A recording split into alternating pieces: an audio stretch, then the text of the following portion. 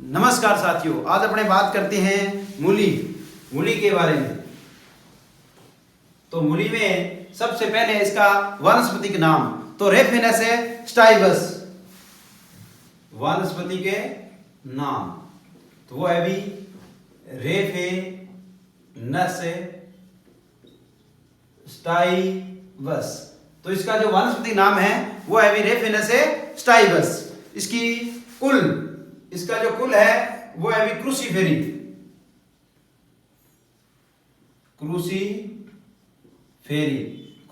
Family से संबंधित रखती है भी। इसके जो टूवन है गुणसूत्र वह भी 18। इसके जो गुणसूत्र पाए जाते हैं वो इसके मूली के कितने पाए जाते हैं भी 18 पाए जाता है भी। इसकी उत्पत्ति इसकी भारत और चीन मानी जाती है भी। चीन व भारत दोनों को क्या है भी इसकी उत्पत्ति मानी जाती है भी मूली की। तो उसके बाद आता है भी मूली का जो गुलाबी रंग है वो किसके कारण आता है। इसमें जलवायु शीतोष्ण जलवायु की भी,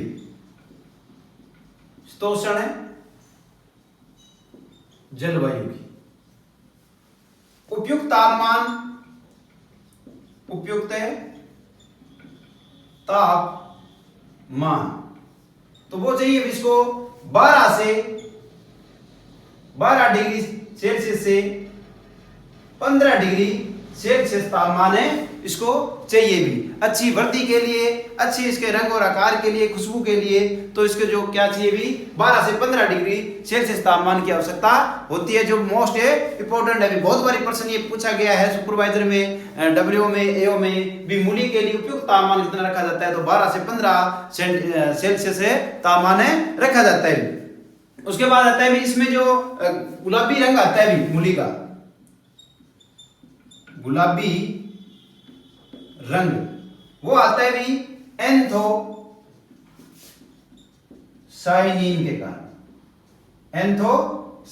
के कारण क्या है इसका जो गुलाबी रंग है आता है भी। उसके बाद आता है भी इसमें जो चरपराहट होती है भी, चरपराहट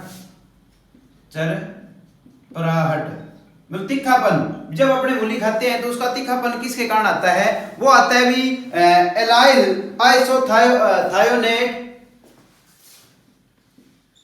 एलाइल आइसोथायोनेट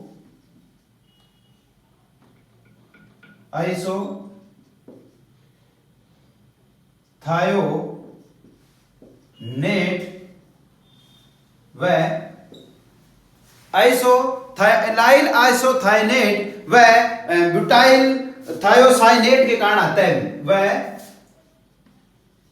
ब्यूटाइल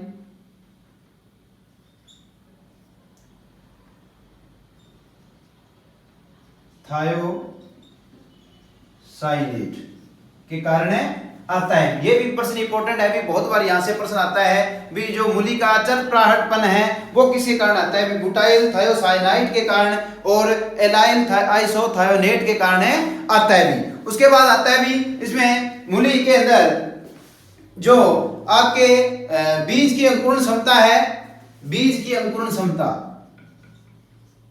की अंकुरण क्षमता तो वो होती है भी 4 से 5 वर्ष की होती है। 4 से 5 वर्ष की क्या है इसकी बीज की अंकुरण क्षमता होती है, जो बीज क्या है इतने साल तक क्या जीवित रहता है। तो उसके बाद अपने इसमें बात करते हैं भी इसमें परागण कैसा होता है मूली में। परागण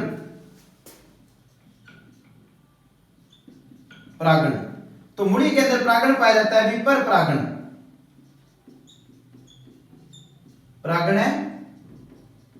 पाया जाता है। तो मूली का जो परागण है वो क्या किस प्रकार का होता है भी, क्रॉस पोलिनेटेड प्रकार की ये फसल है। तो उसके बाद आता है भी इसमें सीड रेट, बीज दर कितना होता है भी। एक इसमें 2 प्रकार की मूली पाई जाती है। ये मूली के 2 टाइप होते हैं, एक होता है भी यूरोपियन और एक होता है एशियाटिक। तो जो एशियाटिक है वो क्या है 6 से 8 केजी एशियाटिक 6 से 8 केजी प्रति हेक्टर होता है, जबकि यूरोपियन इसका 8 से 10 केजी प्रति हेक्टेयर क्या है रखा जाता है। भी एशियाटिक अपने ऐसे आपको याद करने का एक सिंपल सा तरीका है। भी एशिया अपने क्या नजदीक है तो बीज थोड़ा लेके आना पड़ेगा, क्योंकि बीज थोड़े से भी अपने चल सकता है। जो यूरोप है वो बहुत दूर है, तो वहां से बीज अपने जो दूर होता है वहां से काफी चीज लेके आनी पड़ती है, तो जो अपने बार बार जाना ना पड़े। तो एशियाटिक का 6 से 8 किलो है, जबकि यूरोप बहुत दूर है अपने, तो यूरोपियन जो वैरायटी हैं उनके लिए 8 से 10 किलो बीज की आवश्यकता होती है। जो इसमें दूरी, जो इसकी क्या है दूरी कितनी रखी जाती है भी दूरी, तो दूरी होती है भी 30 × 15 × 4 से 5 सेंटीमीटर रखी जाती है। जो पौधे से लाइन की दूरी है वो 30 सेंटीमीटर रखी जाती है, जो प्लांट से प्लांट की जो दूरी है वो 15 सेंटीमीटर रखी जाती है, और जबकि जो बीज की गहराई है वो 4 से 5 सेंटीमीटर क्या है रखी जाती है। तो इसमें बात करते हैं भी आधारीय जो दूरी होती है वो 800 मीटर होती है, जबकि जो प्रमाणित दूरी होती है वो 400 मीटर इसकी आधी होती है। हमेशा जो आधारीय दूरी की क्या है प्रमाणित दूरी आधी रखी जाती है भी। तो उसके बाद आता है भी इसमें एनपीके, तो 30 45 केजी प्रति हेक्टेयर रखा जाता है भी। नाइट्रोजन कितना दिया जाता है भी 30 किलो, फास्फोरस कितना दिया जाता है 45 किलो, जबकि पोटेशियम है वो भी क्या है 45 किलो प्रति हेक्टेयर दिया जाता है भी। फिर अभी बिजाई का समय, बिजाई का समय, तो बिजाई का जो समय है तो उसमें आपके यूरोपियन है वो अगस्त के प्रारंभ में अपने बिजा सकती है भी। यूरोपियन अगस्त के प्रारंभ में, और उसके बाद आता है भी अपने इसमें एशियाटिक है नवंबर में,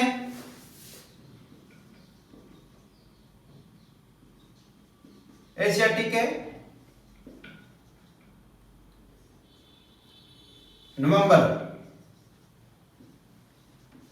नवंबर में, जबकि आपकी जो बीज के लिए लगा सकते हैं वो लगा सकते हैं भी लास्ट के नवंबर में, बीज के लिए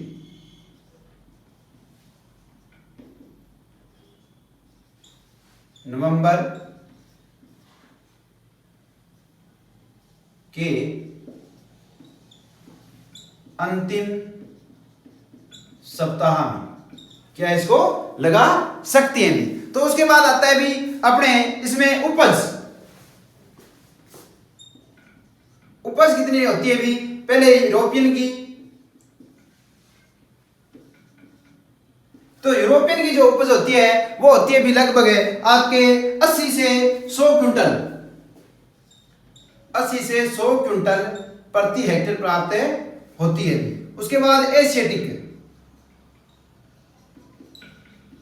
जो एशियाटिक की है वो होती है भी 200 से 250 क्विंटल प्रति हेक्टेयर क्या प्राप्त होती है भी। 200 से 250 क्विंटल प्रति हेक्टेयर प्राप्त होती है भी। तो एक बार इसको रिपीट कर देता हूं। वंश नाम है रेपिनस स्टाइबस, कुल है भी क्रूसीफेरी 1218, उत्पत्ति चीन और भारत मानी जाती है। जलवायु शीतोष्ण जलवायु है, जो उपयुक्त तापमान है वो 12 से 15 डिग्री सेल्सियस तापमान की आवश्यकता होती है भी। उसके बाद जो गुलाबी रंग आता है एंथोसाइनिन के कारण आता है। चरपराहट होता है जो एलाइल आइसोथायनेट व ब्यूटाइल थायोसाइनेट के कारण आता है भी। उसके बाद बीज की गुण क्षमता 4 से 5 वर्ष की होती है। परागण पर परागण पाया जाता है। बीज दर एशियाटिक की 6 से 8 किलो, यूरोपियन की 8 से 10 किलो रखी जाती है। दूरी है 30 × 15 × 4 से 5 सेंटीमीटर रखी जाती है, जबकि जो आधारीय दूरी है वो 800 मीटर, प्रमाणित दूरी है वो 400 मीटर रखी जाती है। एनपीके 30-45 केजी प्रति हेक्टेयर रखा जाता है। बीज का समय यूरोपियन में अगस्त के प्रारंभ में लगा सकते हैं, एशियाटिक नवंबर में लगा सकते हैं, जबकि बीज के लिए नवंबर के अंतिम सप्ताह में अपने क्या लगा सकते हैं भी। अब बात करते हैं इसकी किस्में भी, कौन कौन सी इसकी किस्में हैं और अपनी ग्रोथ क्या हो जाती है भी पूरी हो जाती है। तो इसकी किस्में एक यूरोपियन और एशियाटिक 2 प्रकार की पाई जाती है भी। तो यूरोपियन कौन सी है, एशियाटिक कौन सी है, उसके बारे में पढ़े करते हैं बात।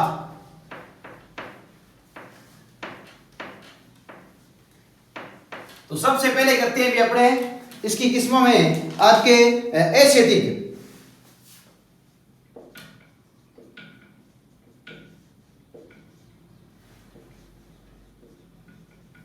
किस्में। तो एसिटिक किस्में में सबसे पहले है भी आपकी अर्का निशांत, अर्का निशांत। उसके बाद आपके अर्का निशांत में पुष्पा आपकी रेशमी, पुष्पा रेशमी। तो पुष्पा रेशमी जो है वो भी क्या है भी इसकी है पुष्पा देसी, पुष्पा देसी, पुष्पा चेतकी, पुष्पा चेतकी, पंजाब अगेती, पंजाब अगेती, जापानी वाइट, जापानी वाइट है। तो ये क्या है आपकी इसकी वैरायटी है व्हाइट लॉन्ग, व्हाइट है लॉन्ग है, व्हाइट है लॉन्ग। उसके बाद पंजाब सफेद, पंजाब है सफेद या पंजाब व्हाइट के नाम से भी वैरायटी जानी जाती है। उसके बाद आता है भी आपके Jaunpuri Bombay red, Jaunpuri Bombay red, Bombay red. तो उसके बाद आता है भी आपके लगभग आपकी वैरायटियां ये हो चुकी है भी। तो उसके बाद आता है भी यूरोपियन,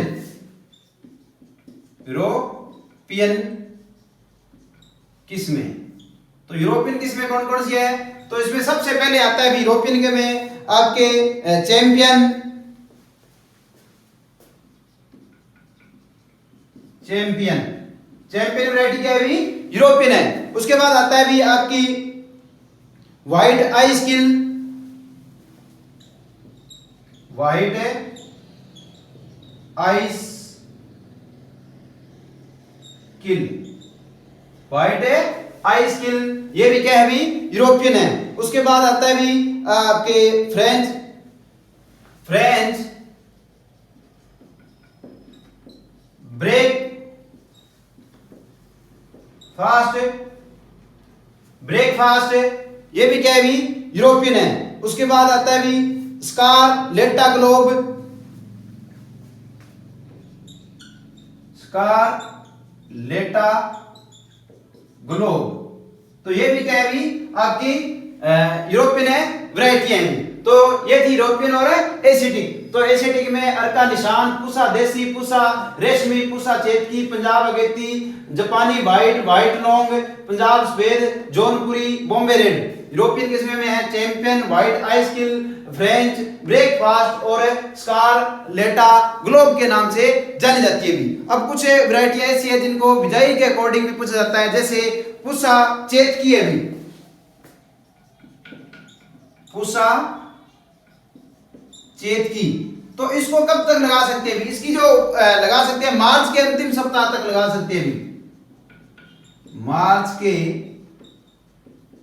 अंतिम सप्ताह तक क्या इसको लगा सकते हैं। जैसे आपके पुसा देसी है मध्य अगस्त में, पुसा देसी मध्य अगस्त में लगा सकते हैं। उसके बाद आता है भी आपके जापानी वाइट मध्य अक्टूबर में, जापानी वाइट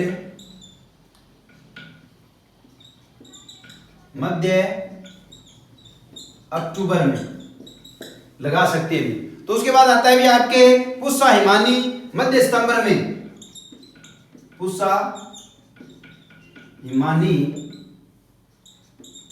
मध्य सितंबर में क्या है लगा सकते हैं। तो ये थी भी अपने इसकी क्या है वैरायटियां। जो जब पुष्पा चेत की है वो मार्च के अंतिम सप्ताह में लगा सकते हैं, पुष्पा देसी है मध्य अगस्त में लगा सकते हैं, जापानी वाइल्ड है मध्य अक्टूबर में लगा सकते हैं, जबकि पुष्पा हिमालय है मध्य सितंबर में अपने क्या है लगा सकते हैं भी। तो इसमें एक आता है भी विकार आता है भी ब्राउन हर्ट, जो बोरोन की कमी के कारण आता है विकार।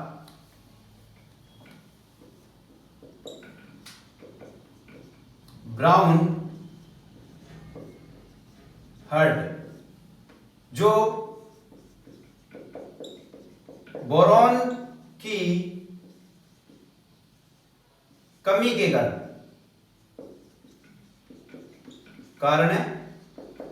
आता है। एक होता है इसमें क्या है, इसको फोर्किंग के नाम से भी जाना जाता है। फोर्किंग में क्या होता है भी, मूली में दो आकार बन जाते हैं, दो जड़ें बन जाती है, दो जड़ें बन जाती है।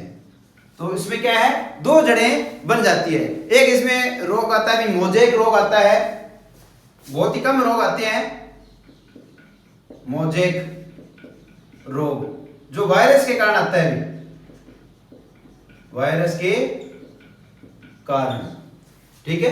तो वायरस के कारण ये रोग आता है। तो ये थी अपनी मूली। हाँ, मूली की जो फसल का समय अवधि है,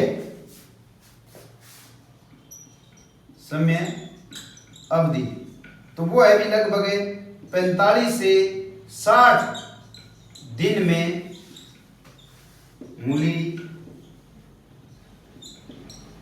तैयार हो जाती है।